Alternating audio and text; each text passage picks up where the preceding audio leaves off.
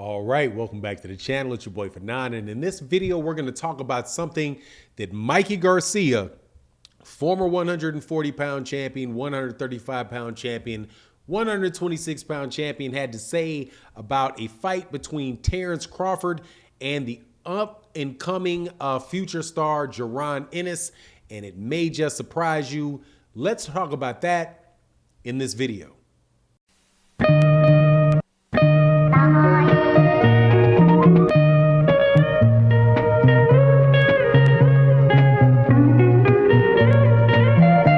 All right, welcome back to the channel. It's your boy Fanon. Let's talk about this welterweight division and something that a very good fighter, even though a lot of people that watch these videos aren't necessarily big fan of him, Mikey Garcia had to say about a potential matchup between two of the best welterweights in the world, Terence Crawford and Jaron Ennis.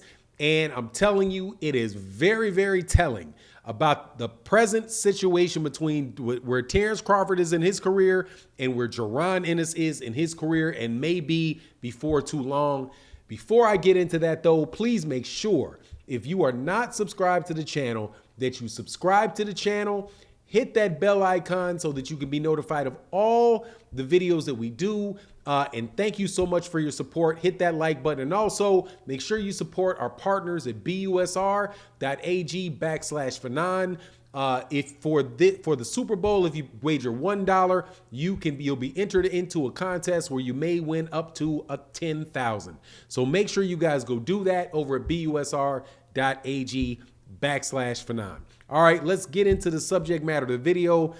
Two of my favorite fighters in boxing are Terence Bud Crawford, who is the #1 pound-for-pound fighter in the world, in my opinion.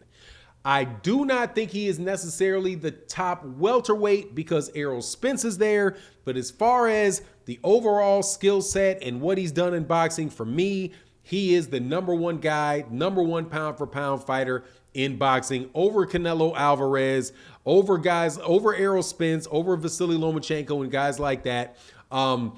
Monster in a way because of the well-rounded skill set that he has. He's also somebody, even though I think Errol Spence Jr. will beat him, stylistically is why I have Errol Spence Jr. beating him. I think Errol Spence Jr. is just aggressive. He's very, very fundamentally sound. He's got a size advantage and all of that. Tenacious work ethic and all of that. But Terence Crawford is definitely one of my favorite fighters to watch, and a guy that I think is as good as it gets in the sport of boxing. And also, he definitely has a chance to beat Errol Spence Jr. I'm not completely writing that off. Mikey Garcia gave an interview on ES News with Ellie Sethback. Shout out to ES News and Ellie Sethback. And Mikey Garcia was asked what he thought about a couple fights. First, he was asked, what does he think about Errol Spence Jr. versus Yordenis Ugas? He said that he picks Errol Spence Jr. to win that fight because he thinks Errol Spence Jr. is a better fighter than Yordenis Ugas. But Yordenis Ugas is not very easy to beat, and it will be a tough fight for Errol Spence Jr. to win that fight, right? Fair assessment of the fight. At the same time, gives a definitive pick in that fight, and that he thinks Errol Spence Jr. is the better fighter.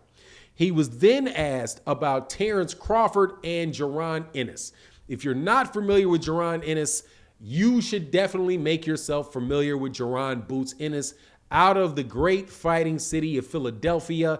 He is in the top 3 of every sanctioning body in the rankings, okay? This is not a guy that's number 22, number 23. He's not a guy that has 14 fights. Some young kid he is young, but he's got 28 fights, and he is in the top 3 ranked in every sanctioning body, which means that guy is not very far from a championship shot.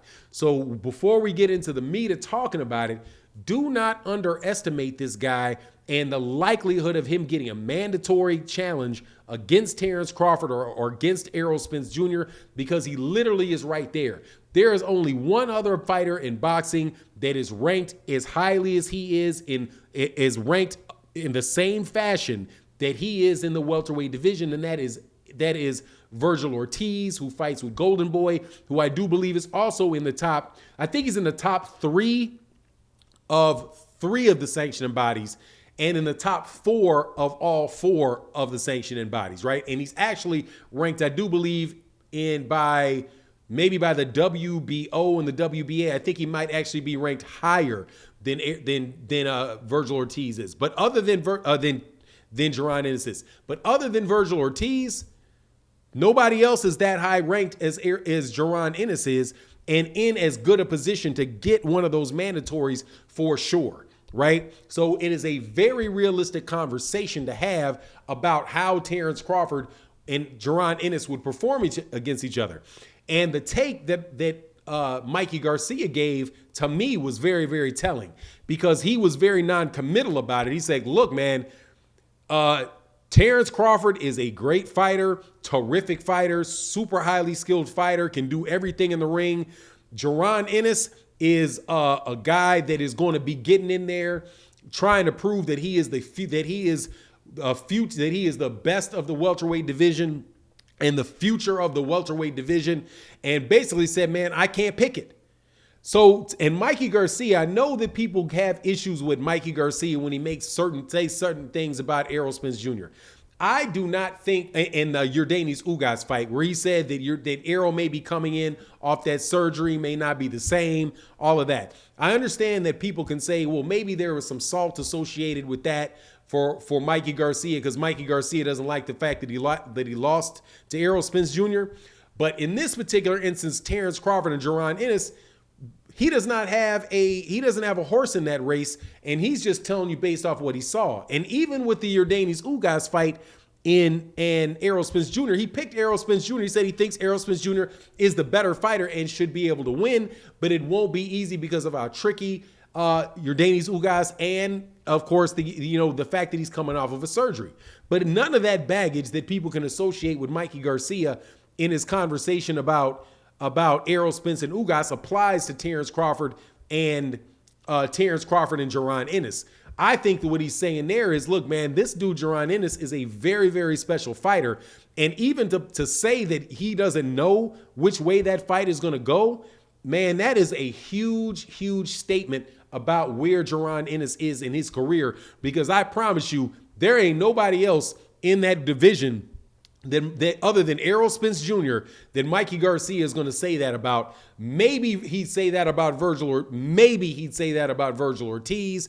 I don't think so, but possibly because Virgil Ortiz used to be trained by his brother, he may be willing to say that and give Virgil Ortiz that type of commercial.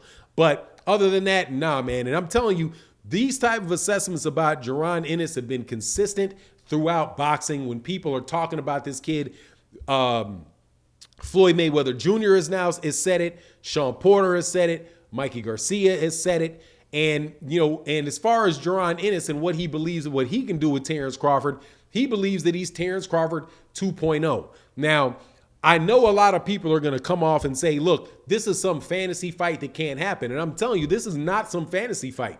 This is a fight that Terence Crawford may be faced with within the year, because Terence Crawford is a WBO champion. He did just have his mandatory in 2021, but he's supposed to fight a mandatory every year.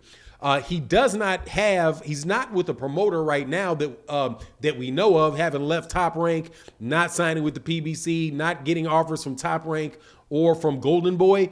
So if he is not actually does not actually have a mandatory, a voluntary fight, it wouldn't be surprising if the WBO actually ordered a mandatory fight for him. Now, the most likely person to be ordered, a mandatory for Terence Crawford for the WBO would probably be Virgil Ortiz, because of the relationship that Virgil Ortiz has with Oscar De La Hoya in the WBO, and that just kind of seems like what they would do first. That Virgil Ortiz would get a shot like that as a mandatory before Jaron Ennis for political reasons. But I don't think Oscar De La Hoya is in any type of rush of putting Virgil Ortiz in there with him, while Cameron Duncan, who's the promoter for Jaron Ennis, said that he would put him in there with him straight away. So anyway, man, I just thought that was very telling, very encouraging for Jaron Ennis's career. I don't think it's any shot at Terence Crawford whatsoever. And obviously Terence Crawford is the more experienced fighter, But, you know, you do have a kid here that is a superb talent, that is every bit as technically sound as Terence Crawford. It looks like he's bigger, switch hits, just like Terence Crawford does. Looks like he may be and actually be a little bit bigger puncher than Terence Crawford is. So, man, it's just going to be really interesting, man, to see what happens in this welterweight division. Anyway, that's my take on the situation. You let me know what you think in the comment section. And with that, I'm out. Peace.